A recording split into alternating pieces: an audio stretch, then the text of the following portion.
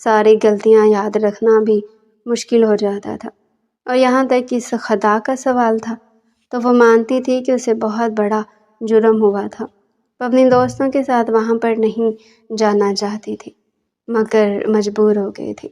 I am sorry, اس نے دبے ہوئے انداز میں کہا، اور پھر وہاں سے بھاگتے ہوئے اپنے کمرے میں چلی گئی تھی۔ دولاب خان اس وقت تک اس کی پشت کو دیکھتا رہا تھا جب تک کہ وہ اس کی نظروں سے اوجھل نہیں ہو گئی۔ اس نے بے چینی سے اپنی پیشانی کو مسلا تھا۔ اسے ماضی کے حوالے سے تانا نہیں دینا چاہتا تھا، مگر وہ لڑکی ہر بار کوئی نہ کوئی ایسی حرکت کرتی تھی کہ وہ مجبور ہو جاتا تھا۔ کیسا محسوس کر رہی ہو تم؟ ندا میں کمرے میں داخل ہوتے ہی سب سے پہلے اسے یہی سوال کیا تھا۔ دل کر رہا کہ اس انسان کا سر پھاڑ دوں۔ اس کی سب سے بڑی غلطی یہ تھی کہ انہوں نے آج رات دولاب خان کے پورشن میں رکنے کا فیصلہ کیا تھا۔ چونکہ یہ بہت بڑی اور خوبصورت حویلی تھی، وہ دونوں چاہتی تھی کہ رات کے وقت وہ دونوں وہاں پر فوٹو شوٹ کریں گی۔ باقی مہمان تو جا چکے تھے، صرف ان کے پیرنٹس ہی وہاں پر موجود تھے۔ ویڈیوز بنانے کے بارے میں کیا خیال ہے، جس کی وجہ سے ہم لوگ یہاں پر ذلیل ہو رہے ہیں؟ چھوڑو یار، دفع کرو۔ اس نے دیکھ لیا تو پھر نیا تماشا شروع کر دے گا، ایک نیا الزام ہمارے سر پر ڈال دے گا۔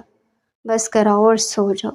یہ کہہ کر وہ دوسری جانب کروٹ بدل کر لیٹ گئی تھی۔ ندا نے بھی کندھے اچکا دیے تھے۔ دولاب خان اس کے تایا جان کا بیٹا تھا۔ وہ ان کا اکلوتا بیٹا تھا جس کے پورے خاندان میں ہی چرچے تھے۔ اپنی ذہانت اور قابلیت کی وجہ سے وہ ہر کسی کا پسندیدہ تھا، سوائے ینگ کزنز کے، کیونکہ وہ ان پر حد سے زیادہ پابندیاں لگاتا تھا۔ دولاب خان کو مغربی لباس اور طور طریقے پسند نہیں تھے۔ وہ اپنے خاندان کی کسی بھی لڑکی کو کچھ بھی غلط کرتے ہوئے دیکھتا تو اس کی فوراً سے توصیع کرتا تھا۔ محترمہ نیمل صاحبہ کے ساتھ ان کے تعلقات ویسے بھی خراب ہی رہتے تھے، کیونکہ وہ ہر اس کام میں ملوث ہوتی تھی جو دولاب کو ناپسند تھا۔ حیرت کی بات تو یہ تھی کہ وہ ہر باری موقع واردات پر پہنچ جاتا تھا اور محترمہ کو رنگے ہاتھوں پکڑتا تھا۔ ہر باری محترمہ کو سزا دی جاتی تھی، مگر محترمہ باز نہیں آتی تھی۔ اچھا، ایک اور بات، کیا میں تم سے پوچھ سکتی ہوں؟ صرف آخری بات۔ نیزا جانتی تھی کہ وہ سونے کی کوشش کر رہی ہے، اس لیے اسے اجازت لیتے ہوئے بولی تھی۔ ہاں بولو، جلدی سے کہو، مجھے شدید نیند آ رہی ہے۔ کیا ہم کل ہوٹل کھانا کھانے کے لیے جائیں گے؟ ظاہر سی بات ہے، اب اس کی وجہ سے ہم اپنا پلان تو خراب نہیں کر سکتے ہیں۔ ویسے بھی دن کے وقت وہ آفس میں ہی موجود ہوتا ہے، اس نے لاپرواہی سے کندھے اچکاتے ہوئے کہا تھا۔ شہر میں ایک بہت بڑا ہوٹل کھلا تھا جہاں پر وہ اپنے میل فرینڈز کے ساتھ گھومنے کے لیے جا رہی تھی۔ وہ یونیورسٹی کے فائنل ایئر میں تھی، لیکن بے وقوفی اس پر آ کر ختم ہو جاتی تھی۔ ندا اس کے مقابلے میں کافی سمجھدار اور چالاک تھی۔ یار، امیجن کرو کہ اگر ہم وہاں پر بیٹھے اپنے میلز فرینڈز کے ساتھ کھانا کھا رہی اور وہ اچانک ہی وہاں پر آ جائے۔ انسان کی شکل اچھی نہ ہو تو کم از کم انسان کو بات ہی اچھی کر لینی چاہیے، اور کون سا وہ ہمارے انتظار میں وہاں پر بیٹھا ہوگا۔ بس تم زیادہ ٹینشن نہ لو اور سو جاؤ، کل ہم بہت زیادہ انجوائے کرنے والے ہیں۔ وہ دونوں مخصوص ٹائم پر ہوٹل پہنچ گئے تھے۔ وہ 5 لوگوں کا گروپ تھا، جس میں 2 لڑکے تھے اور 3 لڑکیاں تھیں۔ نیمل مسلسل اپنے چہرے پر جنید کی نظروں کی تپش محسوس کر رہی تھی۔ وہ بار بار اس کی طرف دیکھتا، جو نیمل اسے سیکھتی تو وہ مسکرا دیتا۔ وہ جانتی تھی کہ جنید اس کی ذات میں انٹرسٹڈ ہے، اور اسے جب بھی پتہ چلتا تھا کہ کوئی لڑکا اس کی ذات میں دلچسپی لیتا تو اس کو انجانی سی خوشی محسوس ہوتی تھی۔ یہ بات الگ تھی کہ اس نے کبھی بھی کسی لڑکے کو سگنلز نہیں دیے تھے۔ شاید اس طرح سے وہ اپنی فیمیل ایگو کو سیٹسفائی کرتی تھی۔ مجھے لگ رہا ہے کہ میں نے کچھ غلط دیکھ لیا ہے، نیدا اس کے کانوں میں گھستے ہوئے بولی تھی۔ ارے کیا دیکھ لیا ہے؟ اب تم نے، اس نے سرسری انداز میں سوال کیا تھا، لیکن جب اس کی نظریں اٹھی تو پلٹنا ہی بھول گئی تھی۔ مجھے بھی لگتا ہے کہ میں نے کوئی غلط چیز دیکھ لی ہے، یہاں سے جانے کا وقت ہو گیا ہے۔ وہ لوگ کھانا کھا چکے تھے، اس لیے وہ دونوں جلدی سے اپنی جگہ پر اٹھ کھڑی ہوئی تھی۔ کہاں جا رہے ہو یار تم لوگ؟ ابھی تو ہم نے گھومنے کے لیے بھی جانا تھا۔ نہیں نہیں تھینک یو سو مچ، پھر کبھی ملاقات ہوگی۔ ان دونوں نے پرجوش انداز میں ان سے ہینڈ شیک کرتے ہوئے کہا تھا۔ یہ پھر انہوں نے بوکھلاہٹ کے مارے کیا تھا۔ دراب خان نے بھی ان کو دیکھ لیا تھا۔ اس نے غصے سے اپنی مٹھی بھینچی ہوئی تھی۔ ان دونوں کو آج میرے ہاتھوں کوئی بھی نہیں بچا سکتا ہے۔ ان کا تو میں وہ حشر کروں گا کہ یہ دونوں ساری زندگی یاد رکھیں گے۔ وہ دونوں وہاں سے بھاگی تھی۔ ان کے فرینڈز بھی بل پے کر کے اٹھ کر جا چکے تھے۔ یار جلدی سے گاڑی سٹارٹ کرو۔ کیا ہو گیا تمہیں؟ اتنی دیر کیوں کر رہی ہو یار؟ دیکھو تو سٹارٹ ہی نہیں ہو رہی ہے، ندا نے بوکھلاتے ہوئے جواب دیا تھا۔ رکو میں باہر جا کر چیک کرتی ہوں، شاید اس کے انجن میں کوئی مسئلہ ہو۔ نمل جیسے ہی گاڑی سے باہر نکلی، گاڑی سٹارٹ ہو گئی تھی، مگر اس سے پہلے کہ وہ دروازہ کھولتی کسی نے اس کے بازو بیچ میں ہی دبوچ لی تھی۔ نگاہیں اٹھا کر دیکھا تو وہ قریب ہی کھڑا تھا۔ ان دونوں کے درمیان فاصلہ بہت کم تھا۔ دوسری طرف ندا اس قدر خوفزدہ ہو گئی تھی کہ وہ گاڑی لے کر وہاں سے چلی گئی تھی۔ بے وفا عورت اسے دیکھ کر غصے سے بڑبڑائی تھی۔ بے بسی کے مارے آنسو آ گئے تھے۔ وہ دراب بھائی، وہ خوفزدہ ہو کر ہڑبڑائی، چلو میرے ساتھ۔ اس کی بات کا جواب دیے بغیر ہی وہ اس کو اپنے ساتھ گھسیٹتا ہوا ہوٹل کے اندر داخل ہو گیا تھا۔ وہ نہیں جانتی تھی کہ دراب اس کے ساتھ کیا کرنے والا ہے۔ ہزاروں طرح کے وسوسے اور خیال اس کے ذہن میں آ رہے تھے، اور اس کی دھڑکنیں بھی اس وقت اتھل متھل ہو گئی تھی۔ یا میرے اللہ، صرف تو ہی ہے جو مجھے اس جلاد کے چنگل سے بچا سکتا ہے۔ مجھے تمہاری آواز سنائی دے رہی ہے، میں بہرا نہیں ہوں۔ I am really sorry Dorab بھائی۔ اگر تم نے مجھے دراب بھائی کہہ کر پکارا تو میں تمہاری زبان گدی سے کھینچ نکالوں گا۔ انگلی اٹھا کر اسے وارننگ دیتا ہوا وہ اس وقت اسے دنیا کا سب سے ظالم ترین شخص معلوم ہو رہا تھا۔ ٹھیک ہے، میں وعدہ کرتی ہوں آپ کو بھائی نہیں کہوں گی، لیکن پلیز مجھے یہاں سے جانے دیں۔ باقی کے الفاظ منہ میں ہی رہ گئے تھے، کیونکہ وہ اس کو لے کر اپنے کولیگ کے پاس واپس آ گیا تھا۔ اس کی ایک میٹنگ تھی۔ یہ میٹنگ انفارمل سی تھی، اسی وجہ سے اس نے ہوٹل میں رکھی ہوئی تھی۔ اس کے کولیگز اس کے پہلو میں کھڑی ہوئی اس لڑکی کو دیکھ کر حیران ہو گئے تو سوالیہ نظروں سے اس کے چہرے کو دیکھنے لگے تھے۔ ان سے ملیے، یہ میری مسز ہے۔ اس نے مسکراتے ہوئے ان کی کمر پر ہاتھ رکھتے ہوئے اس کو خود سے قریب کرتے ہوئے کہا تھا۔ یا میرے اللہ، ان کا نام مس نمل خان ہے۔ آپ سے مل کر بہت خوشی ہوئی ہے بھابھی۔ ان میں سے ایک لڑکا بولا تو وہ مسکرا بھی نہیں سکی تھی۔ کافی دیر تک وہ اس کے قریب ہی کھڑی رہی تھی۔ واپسی پر بھی وہ بالکل خاموش تھی۔ جب وہ گاڑی سے اترنے لگی تو اس نے صرف اتنا ہی کہا تھا، آپ نے میرے ساتھ اچھا نہیں کیا ہے، میں بابا سے جا کر آپ کی شکایت لگاؤں گی۔ وہاں پر تو وہ بہت زیادہ کنفیوز ہو گئی تھی، اسی وجہ سے کچھ بول ہی نہیں پائی تھی، اور راستے میں بھی وہ صدمے سے باہر نہیں نکل پا رہی تھی کہ اسے کچھ کہہ پاتی۔ اور ابھی جب اس کا سکتہ ٹوٹا تھا تو اس نے تیز لہجے میں اپنے دل کی بھڑاس نکالی اور گاڑی کا دروازہ زور سے بند کرتے ہوئے وہاں سے چلی گئی تھی۔ جب تک وہ حویلی کے اندر داخل نہ ہو گئی تھی تب تک وہ اس کو دیکھتا ہی رہا تھا۔ اس کے جانے کے بعد اس نے ہاتھ زور سے اسٹیئرنگ پر مارا تھا۔ وہ جیسے ہی لاؤنج میں داخل ہوئی تو اپنی ماں کو دیکھ کر پھوٹ پھوٹ کر رونے لگی۔ امی جان، اس انسان کو میں جان سے مار دوں گی۔ کیا ہوا ہے میری جان؟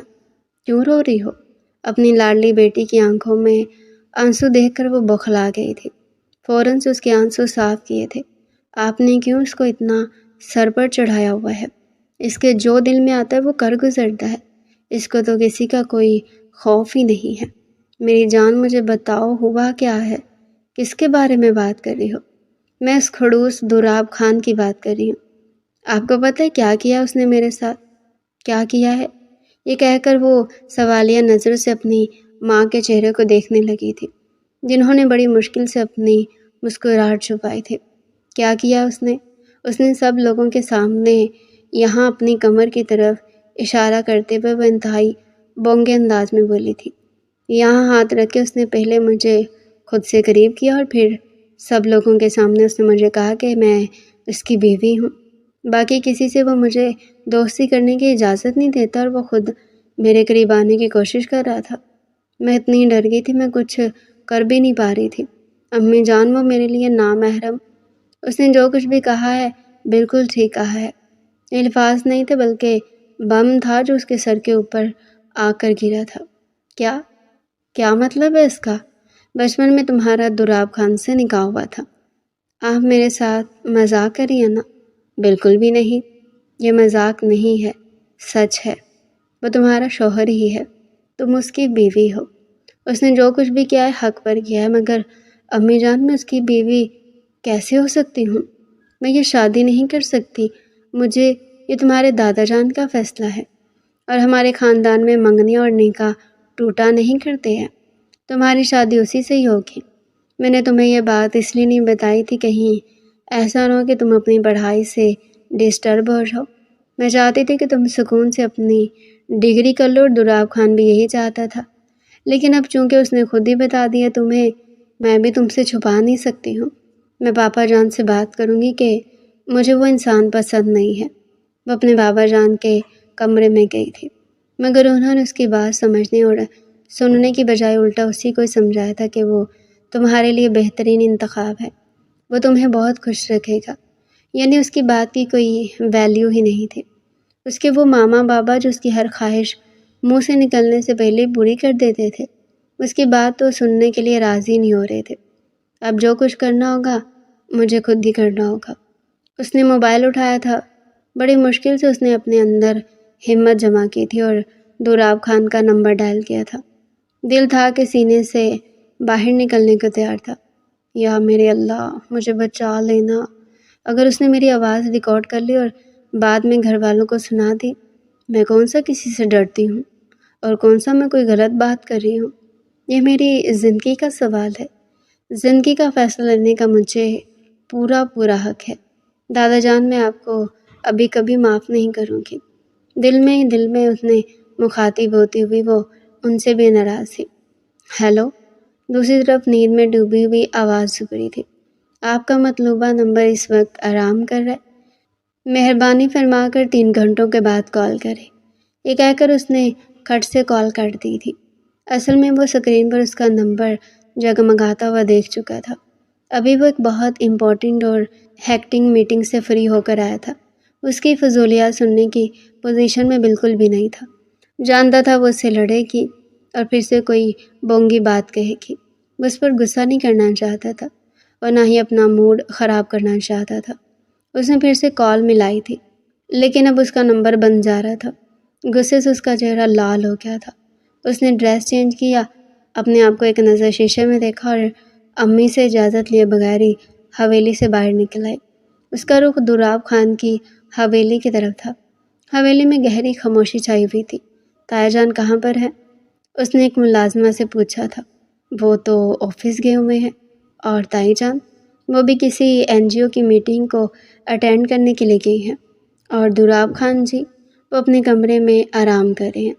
اگر آپ کہیں تو میں ان کو اٹھا دیتی ہوں۔ نہیں، اس کی ضرورت نہیں ہے، میں خود ہی چلی جاتی ہوں۔ اس نے دھڑام سے دروازہ کھولا تھا۔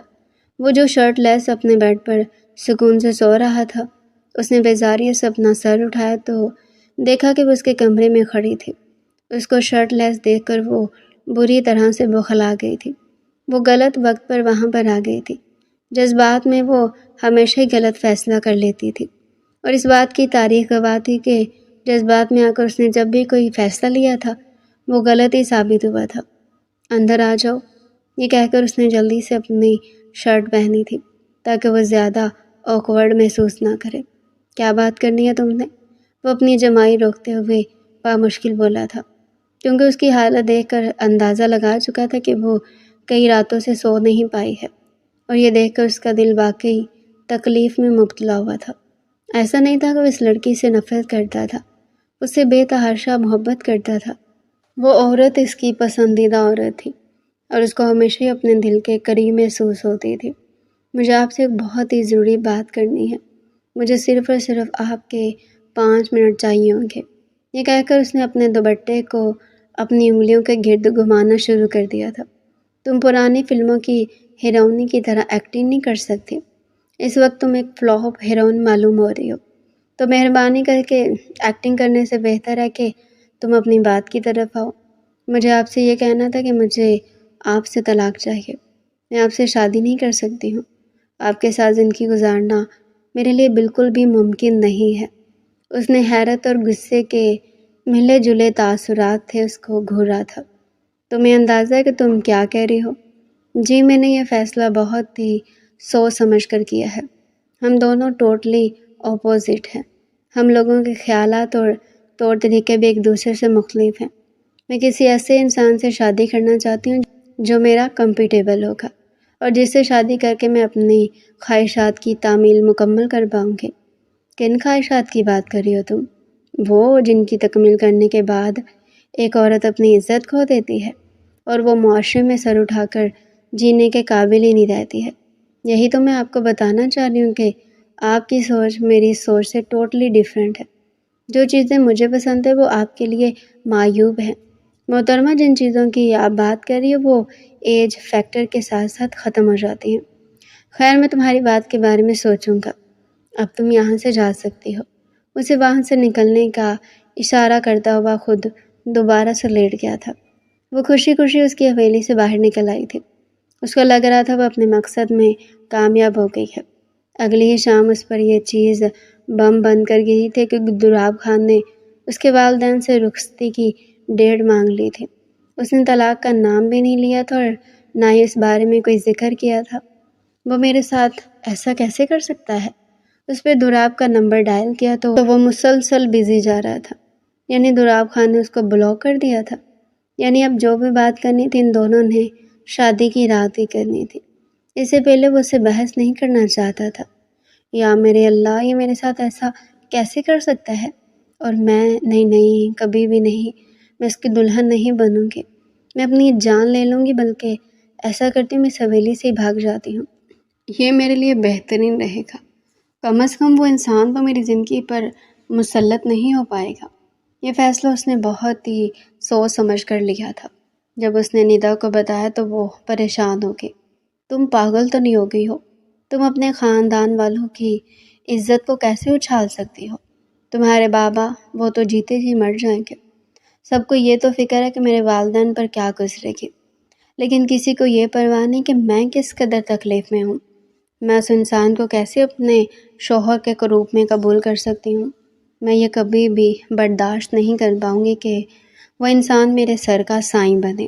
ابھی سے اس نے میرے اوپر اتنی پابندیاں لگائی ہوئی تھی۔ شادی کے بعد تو اس نے مجھے اپنی حویلی میں قید کر دینا ہے۔ میں اس طرح کی زندگی افورڈ نہیں کر سکتی ہو۔ تم جانتی ہو کہ میں اوپن مائنڈیڈ ہوں۔ میرے بہت سے خواب ہیں جن کو ہر حال میں نے تکمیل تک پہنچانا ہے، اور ان کو پورا کرنے کے لیے سب سے پہلے مجھے اس انسان سے پیچھا چھڑوانا ہوگا، اور اس کا ایک ہی حل ہے کہ میں اس حویلی سے ہی بھاگ جاؤں۔ بعد میں اپنے پیرنٹس سے معافی مانگ لوں گی۔ مجھے امید ہے کہ وہ مجھے معاف کر دیں گے، اور جو ذلت ان کو ساری دنیا کے سامنے تمہاری وجہ سے اٹھانی پڑے گی، اس کا کیا؟ سب کچھ ٹھیک ہو جائے گا، وہ اپنے آپ کو تسلی دیتے ہوئے بولی تھی۔ ندا نے نفرت بھری نگاہ اس کے وجود پر ڈالی تھی۔ معاف کرنا، میں اس معاملے میں تمہارا کبھی بھی ساتھ نہیں دوں گی۔ تو کیا تم جا کر ان کو بتا دو گی؟ نہیں، میں ایسا نہیں کروں گی۔ میں تمہارے ساتھ غداری بھی نہیں کر سکتی۔ وہ بے بسی سے اپنی بات مکمل کرتی وہاں سے اٹھ کر جا چکی تھی، جبکہ وہ بھی اپنا سر دونوں ہاتھوں میں گرا کر بیٹھ گئی تھی۔ اس رات وہ خاموشی سے اپنے کمرے سے باہر نکلی۔ اس نے ایک چھوٹا سا سوٹ کیس اٹھایا ہوا تھا جس میں اس کی ضرورت کی کچھ چیزیں موجود ہوتی۔ وہ حویلی کی دہلیز پر ہی کھڑی تھی کہ کسی نے اس کے بازو مضبوطی سے دبوچ لی تھی۔ اس کو اپنی ہڈی پسلی ایک ہوتی ہوئی محسوس ہوئی تھی۔ تکلیف کے مارے اس کا برا حال تھا۔ وہ اس قدر خوفزدہ تھی کہ اس کے لیے پیچھے پلٹ کر دیکھنا بھی مشکل ہو گیا تھا۔ پرفیوم کی خوشبو سے وہ پہچان چکی تھی کہ یہ دراب خان ہی ہے۔ تو یہ ہے ہمارے خاندان کی عزت۔ رات کے اندھیرے میں حویلی سے فرار ہوتی ہوئی وہ اس پر ایک نفرت بھری نگاہ ڈالتے ہوئے بولا تھا، تمہاری ہمت بھی کیسی ہوئی یہ حرکت کرنے کی؟ تم سے مجھے اس قدر گھٹیا حرکت کی امید نہیں تھی۔ تم نے میرا بھروسہ، میرا اعتماد توڑا ہے۔ چھوڑیں مجھے، چھوڑیں، تکلیف ہو رہی ہے۔ جو کچھ بھی کیا ہے آپ کی وجہ سے کیا۔ میں آپ سے شادی نہیں کرنا چاہتی تھی۔ آپ بہت ہی ظالم انسان ہیں جو مجھ پر ہمیشہ ہی پابندیاں لگاتے ہیں، اور مجھے یہ بھی معلوم ہے کہ یہ شادی آپ صرف اور صرف اپنی انا کو تسکین پہنچانے کے لیے کرے ہیں۔ مجھے تم جیسی فضول عورت سے شادی کر کے اپنی انا کو تسکین پہنچانے کا کوئی شوق نہیں ہے۔ اگر تم واقعی جاننا چاہتی ہو کہ میں شادی کیوں کر رہا تھا تو سنو، کیونکہ میں تمہیں پسند کرتا تھا، تم سے محبت کرتا تھا، تم مجھے اپنے دل کے بے حد قریب محسوس ہوتی تھی۔ جب بھی میں تمہیں دیکھتا تھا تو مجھے اپنی دنیا خوشگوار لگتی تھی۔ تمہاری ایک جھلک دیکھ کر میرا موڈ خوشگوار ہو جاتا تھا۔ یہاں تک ان پابندیوں کا سوال ہے تو یہ تمہیں برائی کی طرف بڑھنے سے روکنے کے لیے تھا۔ تمہارا خیال تھا مجھے اسی وجہ سے تمہیں برے کاموں سے روکتا تھا، مگر میں نے سوچا نہیں تھا کہ بدلے میں مجھے یہ سب کچھ دیکھنے کو ملے گا۔ اگر تمہیں میری عزت کا خیال نہیں تھا تو تم کم از کم اپنے ماں باپ کی عزت کا خیال کر لیتی۔ وہ اپنی کانوں پر یقین ہی نہیں کر پا رہی تھی۔ وہ اس کا ہاتھ پکڑ کر اس کو گھسیٹتا ہوا حویلی کے سائڈ بنے کمرے میں لے کر گیا تھا۔ اب جب تک تمہاری رخصتی نہیں ہو جاتی تب تک تم یہاں پر ہی رہو گی۔ نہیں، وہ تیزی سے باہر کی طرف بھاگی، مگر وہ دروازہ اس کے منہ پر بند کر چکا تھا۔ وہ دروازے کے ساتھ بیٹھی پھوٹ پھوٹ کر رو رہی تھی۔ اگلے دن اس کی ماں آنکھوں میں بے چینی لیے اسے ملنے کے لیے آئی تھی۔ اس نے اپنی ماں کو گلے لگانا چاہا مگر اس کی ماں نے اس کو خود سے دور کر دیا تھا۔ مجھے تم سے یہ امید نہیں تھی۔ تم نے مجھے دراب خان کی اور میری اپنی ہی نظروں میں مجھے گرا دیا ہے۔ خدا کا شکر کہ میرے علاوہ اس نے یہ بات کسی کو بھی نہیں بتائی، ورنہ ہم خاندان میں منہ دکھانے کے قابل ہی نہیں رہتے۔ وہ جو پہلے اپنے کیے پر پچھتا رہی تھی، اپنی ماں کی باتیں سن کر اسے مزید رونا آنے لگا تھا۔ اس کی رخصتی کا دن آ گیا تھا۔ وہ دلہن بنی اپنے آپ کو آئینے میں دیکھ رہی تھی۔ بلا شک وہ بہت ہی حسین لگ رہی تھی۔ جو بھی اسے دیکھ رہا تھا وہ اس کی تعریفیں کر رہا تھا۔ اس نے ندا کا ہاتھ مضبوطی سے پکڑا۔ مجھے ڈر لگ رہا ہے، اس نے کانپتے ہوئے لہجے میں کہا تھا۔ سب کچھ ٹھیک ہو جائے گا، تمہیں ڈرنے کی ضرورت نہیں ہے۔ وہ شخص مجھ سے شدید نفرت کرتا ہے، تم اپنی محبت سے اس کا دل موم کر لینا۔ کیا میں ایسا کر سکتی ہوں؟ تم کچھ بھی کر سکتی ہو، مجھے تم پر پورا یقین ہے۔ وہ اس کے گالوں کو تھپکتی ہوئی اس کو تسلیاں دے رہی تھی۔ وہ رات کے وقت کمرے میں داخل ہوا تھا، مگر اس نے اپنی دلہن پر ایک نظر ڈالنا بھی گوارا نہیں کیا تھا۔ فریش ہو کر باہر نکلا تو سرسری انداز میں بولا، جاؤ جا کر چینج کر لو۔ اس کے لہجے میں بے اعتنائی تھی۔ مجھے آپ سے ضروری بات کرنی ہے، مگر مجھے تم سے کوئی بات نہیں کرنی، وہ دو ٹوک انداز میں بولا۔ جو کچھ بھی ہوا ہے، ہاں، اس سے تمہاری حقیقت میرے سامنے آ گئی ہے۔ مجھے پتہ چل گیا کہ تم کس قدر گھٹیا عورت ہو۔ آپ کا کوئی حق نہیں ہے میرے کردار۔ کس کردار کی بات کر رہی ہو تم، جس پر تم نے اسی دن ہی کالک ملی تھی جس دن تم رات کے اندھیرے میں حویلی سے بھاگ رہی تھی؟ کیا تمہیں ذرا بھی احساس نہیں تھا میرا اور اپنے ماں باپ کا؟ اس وقت تم نے کسی کے بارے میں نہیں سوچا، اور اب مجھ سے کسی بھی قسم کی کوئی امید نہ رکھنا۔ دو ٹوک انداز میں کہتا ہوا وہ اس کو اس کی اوقات یاد دلا چکا تھا۔ صبح کے وقت جب اس کی سہیلیاں اس کے آس پاس بیٹھی اسے سوال کر رہی تھی تو وہ جواب دینے کے بجائے خالی خالی نظروں سے ان کے چہرے کو گھورے جا رہی تھی۔ آنکھیں بار بار آنسوؤں سے بھر رہی تھی۔ ندا اس کو وہاں سے اٹھا کر سائڈ والے کمرے میں لے کر چلی گئی۔ میں نے سب کچھ برباد کر دیا ندا، میں نے اپنے ہی ہاتھوں اپنا نقصان کیا ہے۔ اس کو اپنے گلے سے لگائے اس کی کمر کو تھپک رہی تھی۔ فکر مت کرو، سب کچھ ٹھیک ہو جائے گا، تم بس اسے معافی مانگو، وہ تمہیں معاف کر دے گا۔ وہ مجھے معاف نہیں کر رہا ہے، وہ تو میری طرف نگاہ اٹھا کر دیکھنا بھی نہیں پسند کرتا۔ اس کو میری ذات سے کوئی دلچسپی نہیں ہے۔ میں اس کی بیوی کی حیثیت سے اس کی زندگی میں موجود ہوں، مگر وہ میرے ساتھ دشمنوں سے بھی بدتر سلوک کر رہا ہے۔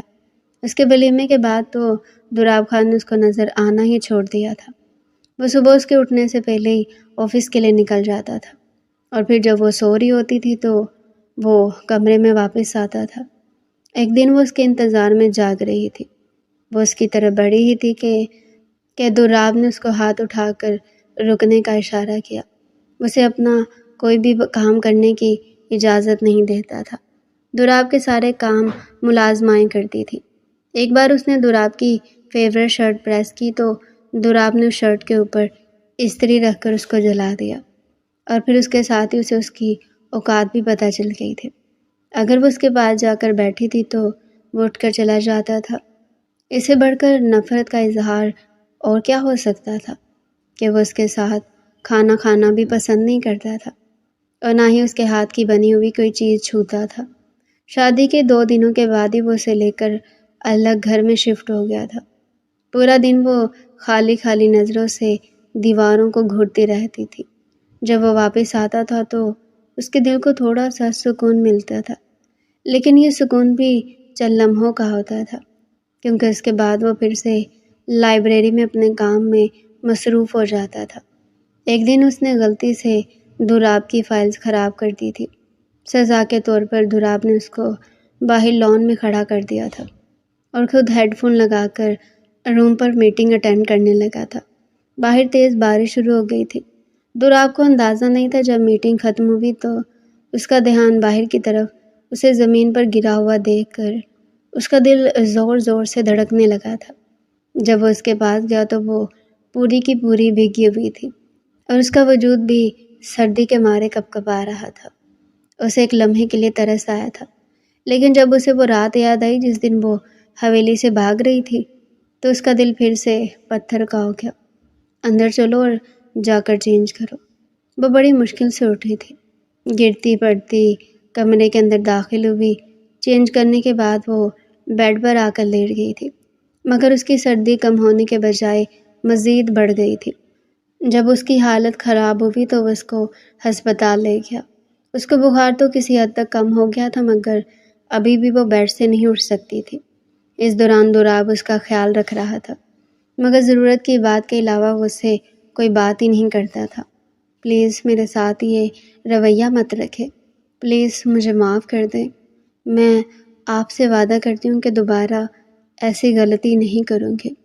میں تمہیں معاف نہیں کر سکتا ہوں، اور جب تک میں تمہیں معاف نہیں کر سکتا تب تک کے لیے میں نے ایک چیز سوچی ہوئی ہے۔ کیا سوچا ہے آپ نے؟ یہی کہ تمہیں تمہاری ماں کے گھر چھوڑ دوں گا۔ آپ میرے ساتھ مذاق کر رہے ہیں نا؟ بالکل بھی نہیں، میں سنجیدہ ہوں۔ دوراب نے یہ فیصلہ اپنے دل پر پتھر رکھ کر کیا تھا۔ اپنی پسندیدہ عورت کو خود سے دور کرنا اس کے لیے بہت ہی تکلیف دہ تھا، مگر وہ اسے اپنے ساتھ رکھ کر خود کو اور اسے تکلیف بھی نہیں دینا چاہتا تھا۔ وہ چاہتا تھا کہ جب تک وہ اسے معاف نہیں کر دیتا تب تک اسے خود سے دور رکھے۔ تھوڑی ہی دیر بعد وہ اٹھ کر واش روم گئی تو اسے خون کی الٹی ہوئی۔ وہ پھیکے سے انداز میں مسکرا دی تھی۔ تمہاری دعا پوری ہو گئی ہے دوراب خان، میں تمہاری زندگی سے ہمیشہ ہمیشہ کے لیے جا رہی ہوں۔ اس نے جلدی سے وہ خون صاف کیا تھا اور اپنی ماں کے گھر آ گئی تھی۔ وقت گزرنے کے ساتھ ساتھ اس کی حالت خراب ہوتی جا رہی تھی۔ وہ پہلے سے بھی زیادہ کمزور ہو گئی تھی۔ اس کے چہرے سے رونق ختم ہو گئی تھی۔ ایک دن اسے اپنی ماں کے سامنے ہی الٹی ہوئی تو اس کی ماں بہت زیادہ پریشان ہو گئی۔ اسے ہسپتال لے کر وہاں پر جا کر معلوم ہوا کہ اس کو کینسر ہے۔ ابھی وہ کینسر کے جس سٹیج پر تھی وہاں پر فوری علاج کی ضرورت تھی، اور یہ علاج پاکستان میں نہیں بلکہ باہر ممکن تھا۔ اس کے پیرنٹس نے جلدی سے دوراب خان کو کال کر کے اس کی حالت کے بارے میں بتایا تھا۔ وہ کچھ بھی سوچے سمجھے بغیر بھاگتا ہوا اس کے پاس آیا۔ اس کو دیکھ کر دوراب کے دل کی دھڑکنیں رک گئی تھی۔ دوراب کے ہجر نے اس کو بری طرح سے توڑ کر رکھ دیا تھا۔ دوراب کو آج پتہ چلا تھا کہ وہ اس سے کس قدر شدید محبت کرتا ہے۔ آج جب اسے اس چیز کا احساس ہوا کہ وہ اس کو کھونے والا ہے تو اسے ساری دنیا ہی اجڑی ہوئی لگنے لگی۔ اس کے لاکھ انکار کے باوجود بھی دوراب اس کو اپنے ساتھ امریکہ لے کر گیا تھا۔ ٹھیک ہونے کے چانسز بہت کم تھے، مگر اس کے باوجود بھی دوراب کو اپنے رب پر یقین تھا۔ وہ جانتا تھا اس کا رب اسے کبھی بھی مایوس نہیں کرے گا۔ وہ آدمی اس وقت گیلری میں جائے نماز بچھائے سجدے میں گرا پھوٹ پھوٹ کر رو رہا تھا۔ وہ اپنی پسندیدہ عورت کی زندگی کی دعائیں مانگ رہا تھا۔ آس پاس سے گزرتے ہوئے لوگ اس کو حیرانگی سے دیکھ رہے تھے۔ وہ سارے منظر اس کی نظروں کے سامنے گھوم رہے تھے جب وہ اس کی باتوں کی وجہ سے ہرٹ ہوتی تھی، روتی تھی۔ دوراب کو رہ رہ کر خود پر غصہ آ رہا تھا۔ آپریشن کامیاب ہونے کے بعد جب اسے ہوش آیا تو وہ اپنی بیوی کے پاس گیا۔ اس نے کچھ کہنا چاہا مگر دوراب نے اس کے لبوں پر انگلی رکھ دی اور اس کے کندھے پر سر رکھتے ہوئے چپ چاپ آنسو بہانے لگا۔ نمل، میری جان شکر ہے تم ٹھیک ہو گئی ہو، ورنہ میں کبھی بھی خود کو معاف نہیں کر پاتا۔ آئی ریئلی سوری، ماضی میں جو کچھ بھی ہوا ہے میں اس پر بہت شرمندہ ہوں۔ اس نے دراب کی طرف دیکھا۔ نہیں، غلطی میری ہے، وہ سسکتے ہوئے بولی تھی۔ دراب نے آگے بڑھ کر اس کے آنسو صاف کیے تھے۔ ماضی میں جو کچھ بھی ہوا ہے میں چاہتا ہوں کہ اسے بھول جایا جائے، یا اب تمہارے ساتھ ایک نئی زندگی کی شروعات کرنا چاہتا ہوں جس میں صرف اور صرف محبتیں ہوں گی۔ کیا تم زندگی کے اس سفر میں میرا ساتھ دینا پسند کرو گی؟ اس نے اپنے ہاتھوں سے لڑکی کی طرف بڑھایا تو نمل نے مضبوطی سے اس کا ہاتھ تھام لیا۔ وہ تشکر آمیز انداز میں مسکرا دی تھی اور اپنے رب کا لاکھ لاکھ شکر ادا کرنے لگی تھی جس نے دراب کا دل اس کی طرف مائل کر دیا تھا۔ آپریشن کے بعد نمل کو کچھ دن ICU میں رکھا گیا، پھر آہستہ آہستہ وہ ریکوری کرنے لگی۔ دراب خان ہر وقت اس کے پاس رہتا، کبھی اسے کتابیں پڑھ کر سناتا تھا اور کبھی اس کے لیے پھول لے کر آتا تھا۔ اس کے ساتھ ہر وقت باتیں کرتا، اسے ہنسنے پر مجبور کرتا۔ نمل نے کہا، اگر تم نہ ہوتے تو میں یہ سب برداشت نہ کر پاتی۔ دراب نے مسکراتے ہوئے جواب دیا، تم مجھے اپنی جان سے بھی زیادہ عزیز ہو، میں تمہیں اکیلا کیسے چھوڑ سکتا تھا؟ ڈاکٹروں نے نمل کو مکمل صحت یابی کے لیے 3 ماہ امریکہ میں رہنے کا مشورہ دیا تاکہ ریگولر چیک اپ اور کیمو تھراپی کا سلسلہ چلتا رہے۔ اگرچہ یہ وقت آسان نہیں تھا مگر دراب خان نے نمل کے لیے ہر دن کو خوشگوار بنانے کی کوشش کی۔ اسے کبھی پارک لے جاتا، کبھی کسی چھوٹے کیفے میں چائے پلاتا اور کبھی شہر کی روشنیوں کا نظارہ کرواتا، گویا زندگی بہت پرسکون تھی۔ نمل آہستہ آہستہ صحت یاب ہونے لگی، اس کی مسکراہٹ واپس آ گئی اور اس کے چہرے پر پھر سے زندگی کے رنگ اترنے لگے۔ دراب خان نے محسوس کیا کہ اصل خوشی دولت یا شہرت میں نہیں بلکہ اپنے پیارے کو صحت مند دیکھنے میں ہے۔ 3 مہینے بعد جب ڈاکٹروں نے رپورٹس دیکھی تو خوشی سے بتایا کہ اب کینسر کے آثار نہ ہونے کے برابر ہیں اور نمل عام زندگی گزار سکتی ہے۔ یہ سن کر دراب اور نمل نے شکر ادا کیا۔ پاکستان واپسی کا سفر طے کرنے سے پہلے ان دونوں نے امریکہ میں اپنے ان دنوں کو یاد کیا جنہوں نے ان کے رشتے کو اور مضبوط بنا دیا تھا۔ دراب خان کے لیے نمل کی مسکراہٹ دنیا کی سب سے خوبصورت مسکراہٹ تھی اور نمل کے لیے دراب خان کا ساتھ زندگی کی سب سے بڑی نعمت۔ امریکہ میں 3 مہینے گزارنے کے بعد آخر کار وہ دن آیا جس کا سب کو شدت سے انتظار تھا۔ نمل کی رپورٹس بالکل صاف آ چکی تھی اور ڈاکٹروں نے پاکستان واپسی کی اجازت دے دی تھی۔ دراب خان نے فلائٹ کی بکنگ کی اور واپسی کی تیاری شروع ہو گئی۔ نمل کی آنکھوں میں خوشی کے ساتھ ساتھ گھر کی یاد بھی ستا رہی تھی۔ ایئرپورٹ پر جہاز میں بیٹھتے وقت نمل نے کھڑکی سے باہر دیکھا اور پھر دراب کے کندھے پر سر رکھ لیا اور کہنے لگی، یہ سفر میری زندگی کا سب سے مشکل سفر تھا مگر سب سے یادگار سفر رہا۔ اگر آپ ساتھ نہ ہوتے تو شاید میں یہاں تک نہ پہنچ پاتی، میں کبھی بھی حالات کا مقابلہ نہ کر پاتی۔ دراب نے مسکراتے ہوئے کہا، میری جان اب سب کچھ ٹھیک ہے، باقی کی زندگی صرف خوشیوں کے ساتھ گزارنی ہے۔ جب وہ پاکستان پہنچے تو ایئرپورٹ پر گھر کے سب لوگ موجود تھے۔ نمل کی ماں نے اسے دیکھا تو بے اختیار دوڑ کر گلے لگا لیا۔ آنکھوں سے آنسو تھمنے کا نام ہی نہیں لے رہے تھے، حالانکہ وہ اسے کافی خفا بھی تھی۔ دراب کے والدین نے بھی اسے دعاؤں اور پیار سے نوازا۔ نمل کے بہن بھائی اس کے گرد جمع ہو گئے، سب کی خوشی دیدنی تھی۔ گھر میں جیسے عید کا سماں تھا، ہر کمرے کو روشنی اور پھولوں سے سجا دیا گیا تھا۔ سب نے مل کر شکرانے کی نماز ادا کی۔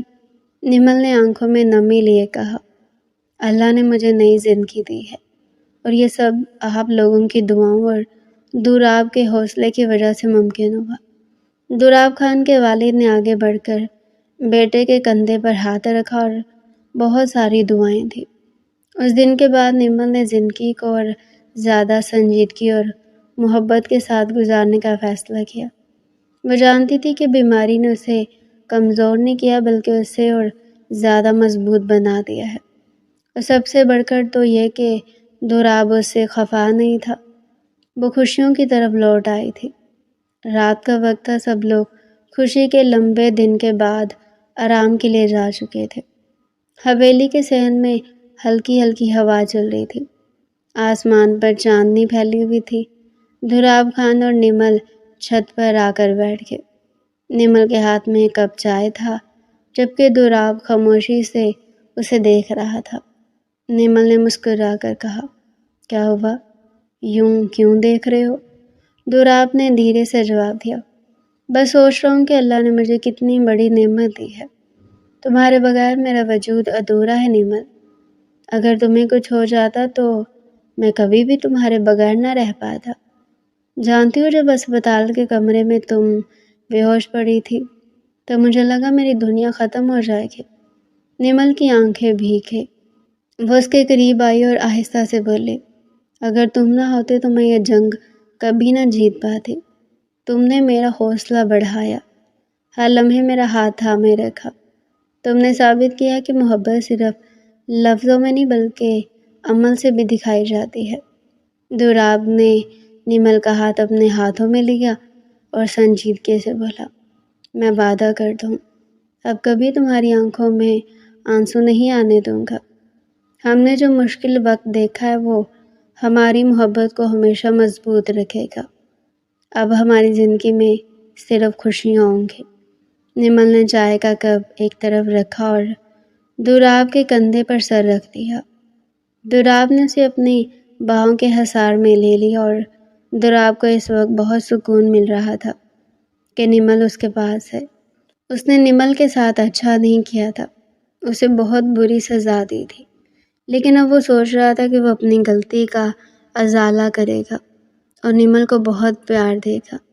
اور اس لمحے نمل کو ایسا لگا جیسے کائنات کی ساری خوشیاں اسے میسر آ گئی ہوں۔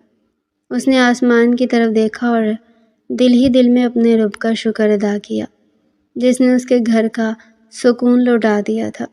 تو ڈیئر پیارے ویورز، یہ تھا آج کا ہمارا انٹرسٹنگ ناول۔ مزید ایسے ہی ناول ہمارے چینل پر ڈیلی سننے کے لیے چینل کو سبسکرائب کریں، ویڈیو کو لائک کریں اور ایک چھوٹا سا کمنٹ بھی کر دیا کریں۔